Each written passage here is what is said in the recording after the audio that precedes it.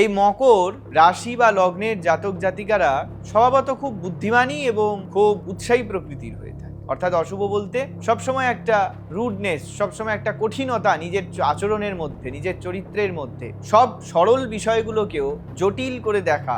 যদি কাউকে শত্রু বলে একবার এরা গণ্য করে, তাহলে তাদের সর্বশান্ত করতে সাম দাম দণ্ডভেদ যে কোনো প্রকার রাস্তাতেই এরা হাঁটতে, অন্যকে পরিচালিত করবার মতন প্রবণতা এদের মধ্যে বেশিরভাগ ক্ষেত্রে কাজ করে, যার ফলে ঘন ঘনই বিবাদে জড়িয়ে পড়ে। শনি এবং রবি পিতা পুত্রের সেই অত্যন্ত খারাপ সম্পর্ক, যার ফলে শনি এবং রবির কনজাংশন এক নেতিবাচক ফলই জাতক জাতিকাকে অধিক প্রভাবিত করে বলে জানি আমরা। খারাপ বা সব চাপের মধ্যেও 2026 সালও শনির এই মকর রাশির পুরনো খোলস পরিত্যাগ করে নতুন জীবন ধারণ করবার একটা সময়। কর্মক্ষেত্রে মাঝে মাঝেই বিবাদ এবং লোকসান, এটা তো হবেই, কারণ ইন্দ্রিয় জয়ী না হতে পারলে 2026 সাল মকর রাশি তথা লগ্নের জাতক জাতিকার জন্য অধিক অশুভ ফলদায়ী রূপেই পরিতৃপ্ত হবে। এবং অক্টোবরের পর থেকে একটা জীবনের বাহ্যিক পরিবর্তন, আপনি বছর যা পাবেন, যেভাবে করে আপনার একটা অভিজ্ঞতা সঞ্চার হবে, এবং যতটা পারা যায় এই প্রতিটি রঙের হালকা শেডগুলোর ব্যবহার 2026-এ আপনাকে নিশ্চিত সুযোগ সুবিধা দেবে। নিজের সব গুপ্ত তথ্য তাকে দেওয়া, দুঃখের কথা জানানো, ভরসা করা, বিশ্বাস করে এবছর বিরত রাখুন। এবছর তার থেকে বিশ্বাসঘাতকতার যোগ বছরের প্রতিটি মাসে রয়েছে।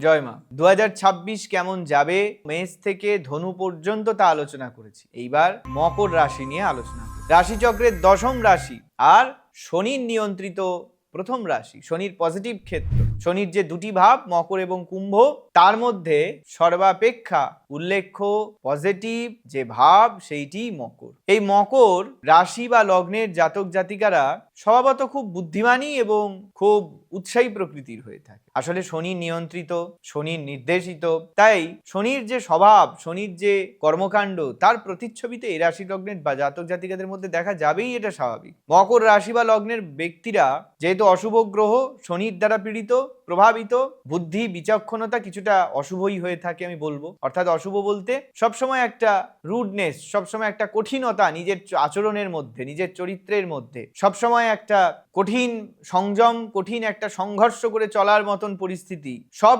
সরল বিষয়গুলোকেও জটিল করে দেখা, সব সময় একটা সংগ্রাম করবার পরিস্থিতিতে উদ্যত হয়ে থাকা, একটা উগ্রতা স্বভাবের মধ্যে, এই ব্যাপারগুলো এই মকর রাশি বা লগ্নের মানুষের মধ্যে অধিক ক্ষেত্রে দেখা যায়। নিজস্ব রাশিচক্র ভিত্তিতে ভেদে আচরণ আলাদা হতে পারে, কিন্তু মূলত যদি কাউকে শত্রু বলে একবার এরা গণ্য করে, তাহলে তাদের সর্বশান্ত করতে সাম দাম দণ্ডভেদ যে কোনো প্রকার রাস্তাতেই এরা হাঁটতে পারে, তা যতই পাপাচারের রাস্তা হোক না কেন। এটা কিন্তু মকর রাশি বা লগ্নের জাতক জাতিকাদের একটা ক্রূর বৈশিষ্ট্য বলা যায়। ক্রূর গ্রহ, বার্ধক্যে পীড়িত গ্রহ শনি, তার বৈশিষ্ট্য স্বরূপ সেই ক্রূর বৈশিষ্ট্য এদের মধ্যে এদেরকে সব সময় আচ্ছন্ন করে রাখে। সব সময় নিজেকেই বৃহৎ, নিজেকেই সর্বেসর্বা, নিজের কথা, নিজের সিদ্ধান্ত অনুযায়ী অন্যকে পরিচালিত করবার মতন প্রবণতা এদের মধ্যে বেশিরভাগ ক্ষেত্রে কাজ করে, যার ফলে বেশ ঘন ঘনই বিবাদে জড়িয়ে পড়ে।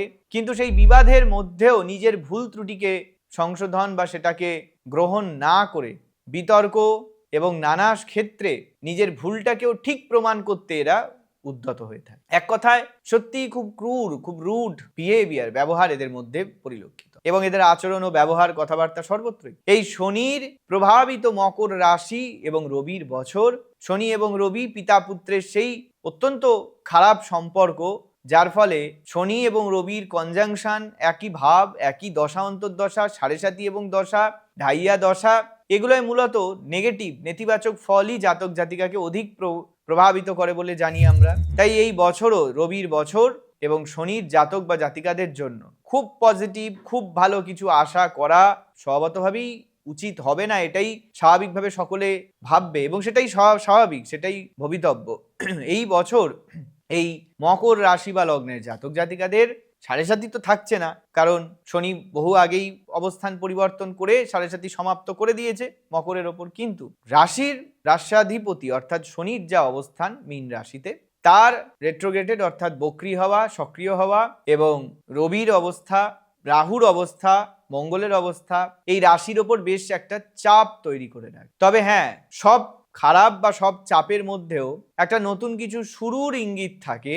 2026 সালও শনির এই মকর রাশির নতুন কিছু শুরুর পরিসমাপ্তি করে পুরনোগুলো নতুন খোলস পরিত্যাগ করে, পুরনো খোলস পরিত্যাগ করে নতুন জীবন ধারণ করবার একটা সময়। বাড়ি, গাড়ি, সফলতা, অর্থ প্রাপ্তির একটা সময়। লাভ, রিলেশনশিপ, অ্যাফেয়ার্স, বন্ধু বান্ধব, সঙ্গী জীবনের বহু কিছু লাভ করার এবং কর্মে ইতিবাচক পরিবর্তনের। পারিপার্শ্বিক পরিস্থিতি যতই জটিল হোক, যতই নেতিবাচক, যতই প্রতিকূল হোক, সব কিছুর মধ্যে একটা অনুকূল ও ইতিবাচক পরিস্থিতি নিয়ে আসা বা সেটিকে গ্রহণ করা, তার একটা সুবাদ কিন্তু থাকবেই। হঠাৎ শত্রু তৈরি হবে এবছর, তবে আপনি আবার শত্রু জয়ীও হয়ে উঠবেন। যে কোনো কর্মে বহুল খরচের কোনো লাগাম থাকছে না। শত্রুরা বিরাটভাবে মানসম্মান হানি, অভিযোগ, হানাহানির প্রচেষ্টা, অতি সক্রিয়তা শত্রুর দিক থেকে, এগুলো লেগেই থাকবে। তবে বিরাট প্রাপ্তি যোগও থাকছে আর্থিক, মানসিক উভয় দিক থেকে। সন্তানের থেকে প্রবল লাভের একটা সম্ভাবনা, সন্তান ভাগ্যে বা সন্তানের করা ক্রিয়াকর্মের দ্বারা লাভ বা প্রাপ্তির একটা সম্ভাবনা ইত্যাদি থাকছে। ব্যবসা বাণিজ্য, কর্মক্ষেত্রে মাঝে মাঝেই বিবাদ এবং লোকসান, এটা তো হবেই। তবে অধিক শুভ এবং নতুন কর্ম প্রসারেরও যোগ এবছর থাকছে। খরচ বৃদ্ধি পাবেই। শারীরিক অসুস্থতা নিশ্চিত রূপে এবছর আপনাকে বিব্রত করবে। নিজের ইন্দ্রিয়ের ওপর সংযম রাখুন, কারণ ইন্দ্রিয় জয়ী না হতে পারলে 2026 সাল মকর রাশি তথা লগ্নের জাতক জাতিকার জন্য অধিক অশুভ ফলদায়ী রূপেই পরিতৃপ্ত হবে। প্রাপ্তিযোগ থাকছে, আমি বারবার বলছি। বাড়ি, গাড়ি, স্থাবর অস্থাবর সম্পত্তি এবং বৈবাহিক ক্ষেত্রে যাদের বিয়ে হয়নি, নতুন করে বিবাহ যোগ পুরো বছর জুড়ে থাকছে। এবং অক্টোবরের পর থেকে একটা জীবনের বাহ্যিক পরিবর্তন, আপনি বছর যা পাবেন, যেভাবে করে আপনার একটা অভিজ্ঞতা সঞ্চার হবে, তার ভিত্তিতে আপনি অক্টোবর, নভেম্বর, ডিসেম্বর 3 মাসে অদ্ভুত এক পরিবর্তিত মানুষ হিসেবে নিজেকে আপনি সবার সামনে তুলে ধরতে পারবেন। আপনার রাশির নিয়ন্ত্রিত প্রভাবিত রং নীল বা আকাশী, এই রঙের অধিক ব্যবহার এবং হলুদ রঙের অধিক ব্যবহার এবং যতটা পারা যায় এই প্রতিটি রঙের হালকা শেডগুলোর ব্যবহার 2026-এ আপনাকে নিশ্চিত সুযোগ সুবিধা দেবে। আর কালো রঙের বস্তু ধারণ করার থেকে বিরত থাকুন। 2026 সালের কিছু উপায়, কিছু টিপস যেগুলো অবলম্বন করলে এই বছর আপনার রাশি তথা লগ্নের পরিপ্রেক্ষিতে আপনি বেশ কিছু পজিটিভ পরিবর্তন লক্ষ্য করতে পারবেন। কালো রঙের বস্তুর ব্যবহার বা বস্তুর পরিধান করার হাত থেকে কালো বস্ত্র বিরত থাকুন। অপরিচিত কোনো ব্যক্তির সাথে নিজেকে অতিরিক্ত মিলিয়ে মিশিয়ে নেওয়া, নিজের সব গুপ্ত তথ্য তাকে দেওয়া, দুঃখের কথা জানানো, ভরসা করা, বিশ্বাস করে এবছর বিরত রাখুন। এবছর তার থেকে বিশ্বাসঘাতকতার যোগ বছরের প্রতিটি মাসে রয়েছে। কোথাও বাইরে বেরোলে কপালে যে কোনো বস্তু, সিঁদুর হোক, চন্দন হোক, মাটি হোক, জল হোক, তার দ্বারা তিলক করে বেরোন, অর্থাৎ খালি বা শূন্য ললাট খালি কপালে না বেরোনো এই মকর রাশি লগ্নের জাতক জাতিকাদের 2026 সালে একটা ভালো পরিবর্তন ইঙ্গিত করতে পারে।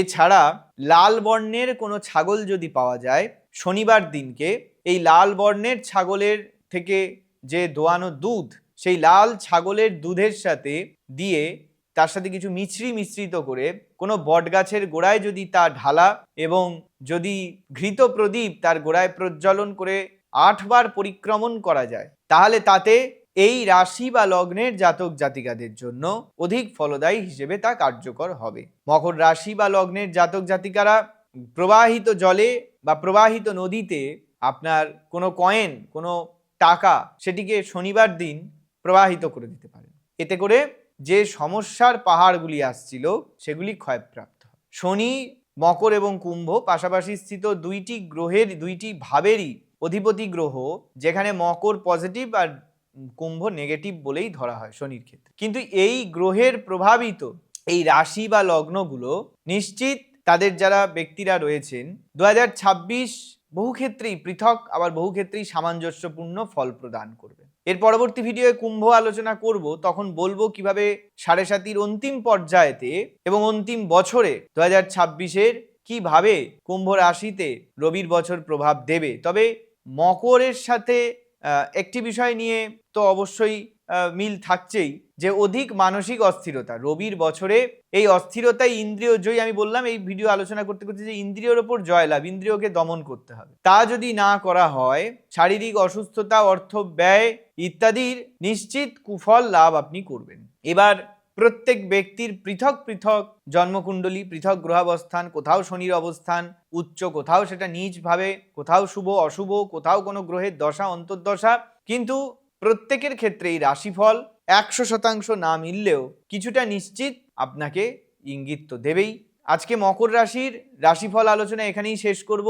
আলোচনা শেষের পূর্বে বলবো, যারা ব্যক্তিগত সমস্যা সমাধানের জন্য এবং কনসাল্টের জন্য যোগাযোগ করতে চাইছেন, তারা নিচে ডেসক্রিপশন বক্সে দেওয়া মোবাইল নম্বরে অ্যাপয়েন্টমেন্ট করে পরিষেবার লাভ নিতে পারেন। আর যারা নতুন ভিডিওটি এবং চ্যানেলটি দেখছেন, তারা অবশ্যই চ্যানেলটি সাবস্ক্রাইব করবেন এবং পাশে থাকা বেল আইকনটি প্রেস করবেন, যাতে নতুন ভিডিও আপলোড হলে আপনারা নোটিফিকেশন পান। আর একটা কথা বলবো শেষ করার পূর্বে, যে টিপস টোটকাগুলি দেওয়া হচ্ছে এগুলি পালন করলে, ফলো করলে যে নিশ্চিত সফলতা হবে তা নয়, তবে 26 সালের যে বাধা বিপত্তিগুলো আছে সেগুলো যাতে অতিক্রম করতে আপনি সফল হতে পারেন, যাতে তার পজিটিভিটি আপনি পান, তার জন্য এগুলো বলা। তাই এর ওপর আস্থা রেখে এগুলো করবেন। ভালো থাকুন সকলে, সুস্থ থাকুন। জয় মা।